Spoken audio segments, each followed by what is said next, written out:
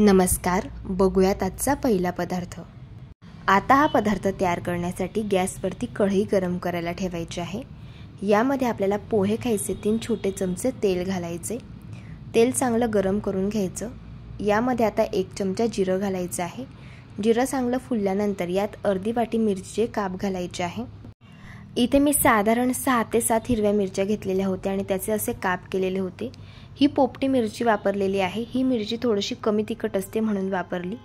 आता मिरची आपल्याला तेलावरती चांगली परतून घ्यायची आहे। जोपर्यंत मिरचीला पांढरे डाग पडत नाही तोपर्यंत मिरची चांगली परतून घ्यायची। इथे मी मिरची चांगली परतून घेतली। आता यामध्ये आपल्याला पोहे खायचे 3 छोटे चमचे शेंगदाणे घालायचे आहे। शेंगदाणे इथे आपल्याला कच्चेच वापरायचे आहे, शेंगदाणे भाजून घ्यायचे नाही। आणि यात मी 10 ते 12 लसणच्या पाकळ्या घालून घेतल्या।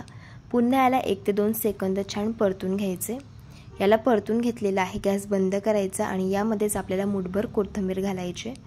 आता आपल्याला हे मिश्रण एका प्लेटमध्ये थंड होण्यासाठी काढून घ्यायचं आहे। इथे आज आपण अगदी मस्त असा चटपटीत ठेचा पाव तयार करत आहोत। तर मिश्रण पूर्ण थंड झाल्यानंतरच मिक्सरच्या भांड्यामध्ये घालायचं।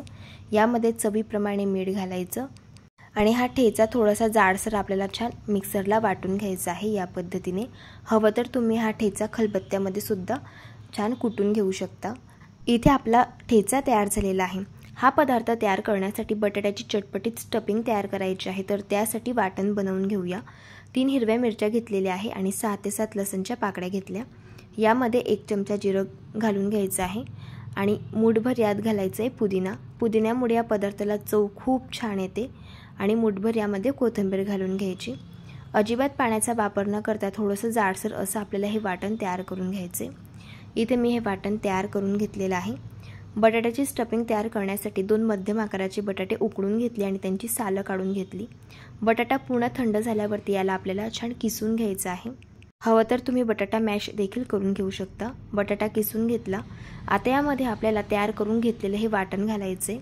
पाव चमचा हळदी पावडर घालून घ्यायची आहे। पाव चमचा गरम मसाला घालून घेऊया आणि चवीप्रमाणे मीठ घालायचे। आता हे सगळे जिन्नस आपल्याला छान मिक्स करून घ्यायचे आहे।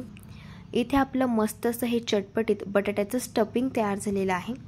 इथे आज आपण मस्त असा चटपटीत ठेचा पाव बनवत आहोत। तर त्यासाठी आपल्याला गॅसवरती पॅन गरम करायला ठेवायचा आहे। यामध्ये पोहे खायचे 2 छोटे चमचे आपल्याला तूप घालायचे। तूप चांगलं गरम करून घ्यायचं। तुपाऐवजी तुम्ही ते बटर सुद्धा वापरू शकता। हे तूप छान तव्याला लावून घ्यायचं आहे। तूप चांगलं गरम झाल्यावरती यावरती पोहे खायचे 2 छोटे चमचे ठेचा घालायचे। ठेचा तुम्ही तुमच्या आवडीनुसार कमी जास्त करू शकता। आता हा ठेचा तुपावरती 2 ते 3 मिनिटं चांगला परतून घ्यायचा आहे। ठेचा छान परतून झाल्यानंतर हा ठेचा असा तव्यावरती पसरवून घ्यायचा आहे। इथे आपण ठेचा पाव बनवत आहोत तर त्यासाठी मी लादी पाव घेतलेले आहे। हे पाव आतून कट करून घेतले आणि आता हे पाव आपल्याला असे हे तव्यावरती उलटे ठेवायचे। पाव आता एका साइडने क्रिस्पी आणि कुरकुरीत होईपर्यंत भाजून घ्यायचे। एका साइडने भाजून झाले की यांना उलटून घ्यायचं आहे आणि दुसऱ्या साइडने देखील भाजून घ्यायचे। या पावामध्ये आपल्याला तयार करून घेतलेलं बटाट्याचं स्टफिंग घालायचे। तर साधारण पोहे खायचे 2 छोटे चमचे इथे मी असं हे बटाट्याचं स्टफिंग या पावावरती लावून घेत आहे। भाजी तुम्ही तुमच्या आवडीनुसार कमी जास्त देखील पावाला लावून घेऊ शकता। आता हे पाव मी दोघी बाजूंनी मस्तसे क्रिस्पी कुरकुरीत होईपर्यंत भाजून घेतले। आता आपण यांना काढून घेऊया। तयार झाला इथे आपला मस्त असा चटपटीत असा हा ठेचा पाव। संध्याकाळच्या जेवणासाठी भाजी पोळी खायची अजिबात इच्छा होत नाही, त्यावेळेस हा ठेचा पाव तुम्ही तयार करून घेऊ शकता। अगदी चटपटीत होतो, लहान काय मोठे सुद्धा आवडीने खातील इतका टेस्टी तयार होतो। आता ठेचा पाव असा प्लेटमध्ये सर्व केल्यानंतर यावरती असं चीज किसून घालायचं, म्हणजे हा पदार्थ लहान मुलं जास्त आवडीने खातात। असा हा चटपटीत ठेचा पाव तुम्ही एकदा नक्कीच ट्राय करून बघा। आता बघूयात प्रकार क्रमांक 2। आता हा पदार्थ तयार करण्यासाठी 1 वाटी रवा घेतला। रवा इथे आपल्याला जाड वापरायचा आहे आणि त्याच वाटीने 1 वाटी यात बेसन पीठ घालून घेतलं। सगळे कोरडे जिन्नस मिक्स करून घेतले। आता यामध्ये 1 वाटी आपल्याला ताक घालायचं आहे। माझ्याकडे दही नव्हतं म्हणून यात मी 1 वाटी ताक घालत आहे। तुमच्याकडे जर दही असेल तर तुम्ही यामध्ये अर्धी वाटी दही घालू शकता। याला मिक्स करून घ्यायचे म्हणजे अंदाजा येईल यात किती पाणी घालायची गरज पडणार आहे। आता थोडं थोडं करून यामध्ये पाणी घालायचे आणि याचं बॅटर तयार करून घ्यायचं आहे। इथे मी 1 वाटी पाणी घेतलेलं आहे बॅटर तयार करण्यासाठी। जर तुम्ही चॅनलवरती नवीन असाल, तुम्हाला रेसिपीज आवडत असतील तर चॅनलला सबस्क्राईब करा आणि शेजारील बेल आयकॉनसुद्धा प्रेस करा। इथे मी हे बॅटर तयार करून घेतलं आहे। बॅटरची थिकनेस पाहून घ्या, या पद्धतीची आहे। आणि इथे आपण 1 वाटी पाणी घेतलेलं होतं, त्यातील पोहे खायचे 2 छोटे चमचे पाणी हे शिल्लक राहिलेलं आहे। बॅटरवरती झाकण ठेवायचे आणि 10 मिनिटांसाठी बॅटर हे मुरायला ठेवायचे। तोपर्यंत पुढची प्रोसेस बघूया। ताटाला तेल लावून ग्रीस करून घ्यायचं आहे आणि एक कढई गॅसवरती ठेवायची। यामध्ये 2 ग्लास आपल्याला पाणी घालायचे। एक रिंग ठेवायची आहे, रिंग नसेल तर डब्याचं झाकण सुद्धा वापरू शकता। आता या पाण्याला एक खडखडून उकळ काढून घ्यायची। पाण्याला उकळ आल्यानंतर तेल लावून घेतलेलं हे ताट आपल्याला या कढईमध्ये ठेवायचं आहे। आता इथे बरोबर 10 मिनिट झालेले आहे। बॅटर चांगलं मुरलेलं आहे। बॅटर मुरल्यामुळे थोडंसं घट्ट झालंय। यात आपण रवा घातलेला होता, तर रवा फुललेला आहे, त्यामुळे बॅटर घट्ट झालंय। जे उरलेलं पाणी होतं ते संपूर्ण आता यामध्ये मी घालून घेतलं आणि याला मिक्स केलंय। बॅटरची थिकनेस पाहून घ्या, या पद्धतीची आहे आणि बॅटर तयार करण्यासाठी बरोबर 1 वाटी एवढं पाणी आपण वापरलंय। आता यामध्ये 1 चमचा आपल्याला किसून घेतलेलं आलं घालायचंय, 1 चमचा हिरव्या मिरचीचा ठेचा घालायचा आहे आणि अगदी चिमूटभर हळद घालायची आहे। हळद अगदी कमी घालायची, हळद जर जास्त झाली तर ढोकळ्यावरती लाल पॅचेस पडतात। चवीप्रमाणे मीठ घालायचं आणि पोहे खायचे 2 छोटे चमचे कच्चं तेल घालायचे। तेल घातल्यामुळे ढोकळा मऊ, लुसलुशीत आणि स्पॉन्जी होतो। सगळे जिन्नस छान मिक्स करायचे।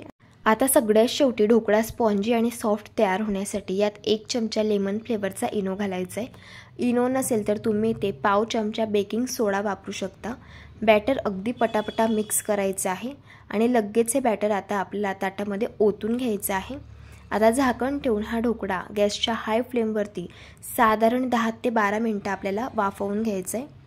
इथे मी बरोबर 10 ते 12 मिनिटं ढोकळा हा वाफवून घेतलेला आहे। पाहू शकता ढोकळा मस्त शिजलेला आहे, मस्त असा टम्म देखील फुगलेला आहे। याला चेक करून घ्यायचे। टूथपिक क्लीन निघालेली आहे, याचा अर्थ ढोकळा चांगला शिजला गेलेला आहे। आणि या ढोकळ्याला बघा वरून किती छान जाडी सुद्धा पडलेली आहे।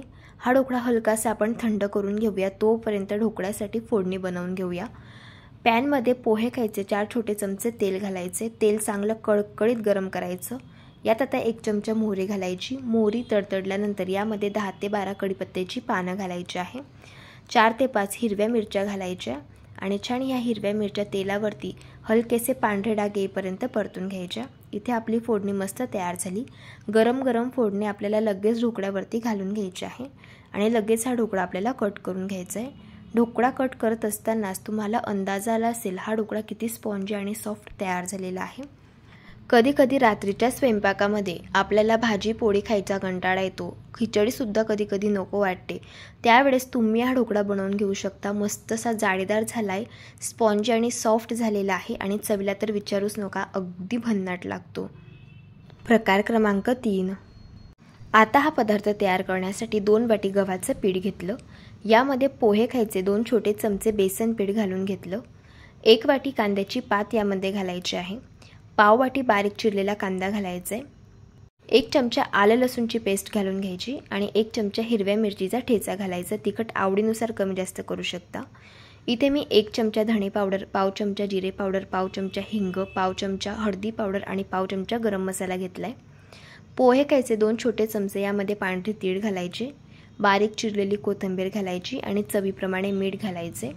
सगळे जिन्नस हाताने आता चांगले मिक्स करून घ्यायचे आहे आणि यामध्ये थोडं थोडं पाणी घालून याचं आपल्याला पीठ हे मळून घ्यायचं आहे। इथे आपण थालीपीठ बनवत आहोत, तर त्यासाठी आपल्याला हे पीठ थोडंसं सैलसर मळून घ्यायचं आहे। पीठ चांगलं सैलसर मळून घेतल्यामुळे थालीपीठ मस्त असे गोलाकार थापले जातात। थालीपीठासाठी पीठ मी मळून घेतलं। आता आपल्याला थालीपीठ कसं बनवायचं ते बघायचे। त्यासाठी पिठातील गोळा आपण आता घेऊया। ज्या साईजचं तुम्हाला थालीपीठ बनवायचं असेल तेवढं पीठ तुम्ही हातामध्ये घेऊ शकता। याची आपल्याला अशी लाटी तयार करून घ्यायची आहे। थालीपीठ थापण्यासाठी इथे मी एका पोळी पाट्यावरती ओला करून घेतलेला सुती कापड ठेवलेला आहे। यावरती तयार करून घेतलेली ही लाटी ठेवूया। हाताला थोडंसं पाणी लावून घ्यायचे आणि थालीपीठ आता आपल्याला छान थापून घ्यायचं आहे।